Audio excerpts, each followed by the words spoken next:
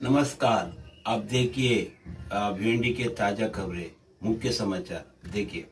कुछ डायरेक्ट बात करने वाले हैं। बाबा साहेब के जो विचारधारा अब धीरे धीरे कम होने के कगार पे आ रही है, मानववादियों की ताकत बढ़ रही है, उसके बारे में कुछ पूछेंगे। तो उनका नाम बीटी टॉवरे भिंडी में कोई जानते नहीं, ऐसा हो ही नहीं सकता। बहुत प्रसिद्ध एडवोकेट है और बहुजनों के लिए दिन रात अपने दिमाग में वही चल रहा है, बहुजन उद्धार कैसे हो। वो हमेशा अपने दिल से सोचते हैं। सब लोग वैसा ऊपर ऊपर सोचते हैं, लेकिन वो दिल से सोचते हैं। तो उसके बारे में, बहुजनों के बारे में और बाबा साहेब की जो विचारधारा क्यों खतरे में पड़ रही है, उसके बारे में हम पूछते हैं। टावरे साहब, ये आज 14 अप्रैल है, बाबा साहेब की जयंती के दिन है।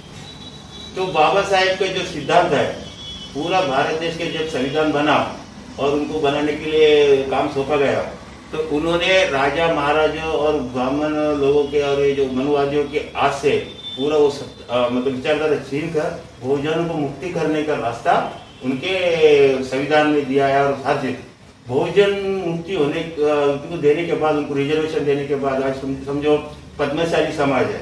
पद्मशाली समाज को पहले पढ़ने लिखने का अधिकार नहीं था। उसी तरह नाइक, ये मेरे बंजारा समाज को भी पढ़ने लिखने के लिए अधिकार किसी को नहीं था। शूद्र जो कहलाते उनको नहीं था, सिर्फ ब्राह्मण को अधिकार था पढ़ने का, और धनिया को था व्यापार करने का, और क्षत्रिय को था राज्य करने का। उसके अंदर से बाबा साहब ने एक ऐसा संविधान अपने को दिया है कि 1 नेशन 1 वोट, यानी हर आदमी को, छोटा हो बड़ा हो, सबको हो एक वोट। ऐसा करके उन्होंने अपने को रिजर्वेशन देके इतना अच्छा संविधान दिया। तो संविधान खतरे में है, उसके बारे में 2 शब्द बताइए हमारे जनी समाचार के प्रेक्षकों को। पहली तो बात है, एक मैं बताना चाहूंगा कि जब से पहले तो सबसे पहले बड़ी बात यह है कि पूरा एडमिनिस्ट्रेशन है ये ब्राह्मणों के हाथ में है। जो मौके की जगह है जहां से हुक्म दिया जाता है, वो हुक्म देने वाला सब वो है, ब्राह्मण लोग है, और उसके ऊपर अमल करने वाला सब हमारा शूद्र वर्ण का लोग, ओबीसी है, बीसी है, शेड्यूल कास्ट है, शेड्यूल ट्राइब है, और उनमें से कन्वर्टेड हुआ मुसलमान है, जैन है, सिख है, क्रिश्चियन है, ये सब लोग उसके हुक्म के ताबेदार है। आज समझो एक ही मिसाल देके फिर आगे बढ़ूंगा कि 92% कांस्टेबल्स पुलिस में हमारे ये है, शूद्र वर्ण के है। वो ऑफिसर नहीं है, कमिश्नर नहीं है, आईपीएस ऑफिसर नहीं है, जो हुक्म देने वाला हमारा आदमी नहीं है। फिर आपको एक दूसरा मिसाल दूंगा कि जालियनवाला बाग का हमेशा मिसाल दिया जाता है। तो जनरल डायर ने फायर करने का ऑर्डर दिया, मगर फायर किया किसने? फायर करने वाले तो यहाँ के लोग थे ना। तो ये इसके ऊपर सोचना पड़ेगा, ये हमारे गुलामी का जड़ है कि हम लोग जो भी पावर पे आता है उसके गुलाम बन जाते हैं।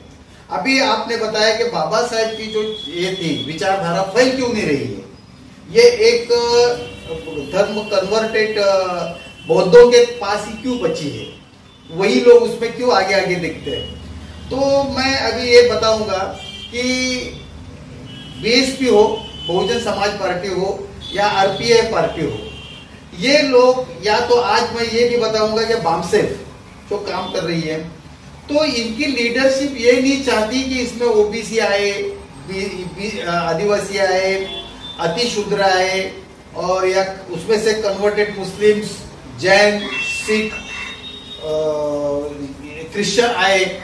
उनको डर लगता है, उनको लगता है कि अगर ये लोग इसमें विचारधारा में आएंगे तो हमारी लीडरशिप का क्या, हमारी लीडरशिप चली जाएगी। क्योंकि अगर लीडरशिप चली जाती है तो उससे मिलने वाले बेनिफिट भी चली जाएंगे।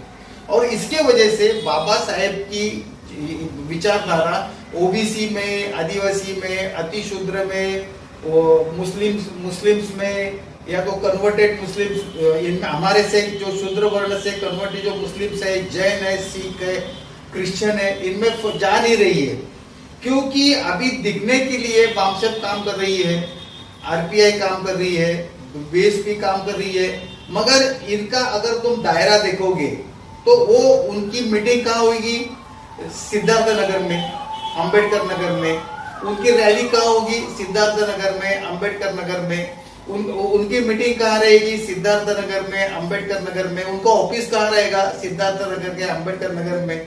ये कभी भी अपनी विचारधारा लेके कुंभारहळ्ळी में नहीं गए, इस्लामपुरे में नहीं गए, आदिवासी पाड़े पे नहीं गए, भोई कोली लोग के अड्डे पे नहीं गए। तो विचारधारा फैलेगी कैसे? क्यों नहीं गए? फिर वही बात है, ये मेजोरिटी के लोग है, 85-52% ओबीसी है, वो आएंगे तो हमारी लीडरशिप चली जाएगी। तो ऐसा देखेंगे तो ये लोग फिर काम किसका कर रहे हैं? ये बाबा साहेब का काम कर रहे हैं या मनुवादियों का काम कर रहे हैं? इससे फायदा किसका होता है? क्योंकि 16% खाली बीसी लोग है। 16% के 16% भी किसी एक के नेतृत्व में आ जाएंगे। समझो वामन मेश्राम के नेतृत्व में आ जाएंगे, या तो बहन मायावती के नेतृत्व में आ जाएंगे, या और किसी के नेतृत्व। क्या करेंगे? 16% लोग बाकी के जो 85% लोगों से कैसे लड़ेंगे? 84% से कैसे लड़ेंगे? इसके लिए बातें बहुत करते हैं, मगर ये जो उनमें खामी है वो अपना स्वार्थ देखते हैं, पर्सनल स्वार्थ देखते हैं। क्योंकि एक लड़का जो इसमें काम करना चालू करता है, कुछ एक 2-3 साल में उसके पास गाड़ी आती है, बंगला आता है, प्लेन से आना जाना उसको शुरू हो जाता है। और हम लोग सेकंड क्लास में जा रहे हैं, पैसा बचा के संगठन को काम कर रहे हैं। तो ये सब बातें जब तक हम ध्यान से नहीं देंगे तब तक हमारा उद्धार नहीं होगा। हम आज सब लोग, आज सबसे ज्यादा ये शूद्र वर्ण में सबसे ज्यादा कास्टीय जात पात मानने वाले ये है, बौद्ध है। उनसे ज्यादा कट्टर जातीयवादी ब्राह्मण भी नहीं। ब्राह्मण तो आगे चाय भी पिएगा, मगर ये तो नजदीक भी नहीं आएंगे।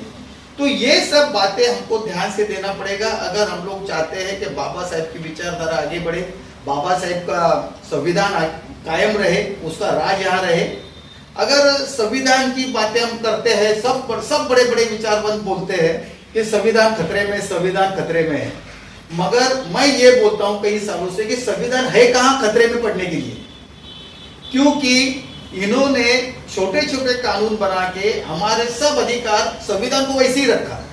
संविधान में उन्होंने बदलाव नहीं किया कि संविधान में बदलाव करने जाएंगे तो लोग खड़े हो जाएंगे और आंदोलन खड़े हो जाएंगे। और उससे हो सकता है कि संविधान के बारे में अगर वो हाथ लगाने जाएंगे तो संविधान और लोगों को भी मालूम पड़ेगा, ओबीसी को मालूम पड़ेगा, मुसलमान को मालूम पड़ेगा। वो खतरा लेने को मनुवादी तैयार नहीं। मगर उन्होंने छोटे छोटे कानून बनाने के, जैसे अभी वो किसानों के बारे में कानून बनाया, ये संविधान के खिलाफ है। मगर एक भी संविधान के लिए मर मिटने के लिए जो तैयार है वो एक भी उनमें शामिल नहीं है, उनके साथ शामिल नहीं है। क्यों नहीं है? हमारा समझो अभी लैंड एक्विजिशन एक्ट में ऐसा आ गया कि लैंड एक्विजिशन, खेती किसकी भी है, जमीन किसकी भी है, उसको बोलने का राइट ही नहीं है। उसने बोल दिया खलास। वो कीमत कौन फिक्स करेगा? अंबानी अडानी फिक्स करेगा, या तो उनके मार्फत गवर्नमेंट फिक्स करेगा दिखाने के लिए। और उसके ऊपर आवाज नहीं उठाने का। हम लोग ये नहीं बोल सकते कि बाजू में ये जमीन का 3 लाख रुपया गुंठा जमीन चल रहा है, तू हमको 1 लाख क्यों दे रहे? 3, ये बोलने का राइट ही नहीं रखा। और दूसरा उन्होंने क्या किया प्रावधान? उनको मालूम है कि ये लोग आदिवासी लोग हैं, ये ओबीसी जो किसान लोग हैं, ये गरीब लोग हैं, ये हाईकोर्ट में नहीं जा सकते। तो उन्होंने बोला कि अगर तुम्हारा कोई डिस्प्यूट है तो हाईकोर्ट में चले जाओ। हाईकोर्ट में वकील का मुंह देखने के लिए 5 लाख रुपया लगते हैं। अगर आगे का केस लड़ने को कितना रुपया लगेगा? अगर मेरे को भी बोलेंगे बॉम्बे हाईकोर्ट जाने का, तो मैं जाने का खर्चा ही 5,000 रुपया मांगता हूँ जब मेरे हर तारीख को, तो कौन देगा? तो ये सब करके उन्होंने हमारे सब हक, हमको जो भी हक अधिकार दिए गए थे वो उन्होंने खत्म कर डाला। पूछते हैं, लेकिन भिवंडी के अंदर पद्मशाली समाज के बारे में भी उन्होंने बताया, क्योंकि पद्मशाली समाज बीसी यानी बैकवर्ड क्लास का सर्टिफिकेट होने के वजह से पूरा तेलंगाना के अंदर, पूरे भारत देश के अंदर आज बीए बीकॉम तक पहुंच चुके हैं। अब ये मनुवादी सरकार रिजर्वेशन खत्म करने के लिए सोच रही है। अगर वो खत्म हो जाएगा तो फिर वही जनरल के अंदर जो 7,000-8,000 रुपये जो फी भरना पड़ेगा, वो फी भरने के बाद ही कॉलेज में ज्वाइन हो सकता है। तब जाके ये लोग को फिर स्कूल से, विद्या से वंचित करने की पूरी शर्त है। ये सारे चीज़ों के बारे में एडवोकेट बी टावरी जी बताया। टावरी साहब, आपका बहुत बहुत धन्यवाद। मैं जनी समाचार से बाबरो करी, कैमरामैन कुमार वेमुला। आज के लिए बस इतने ही, कल फिर मिलेंगे। जय हिंद।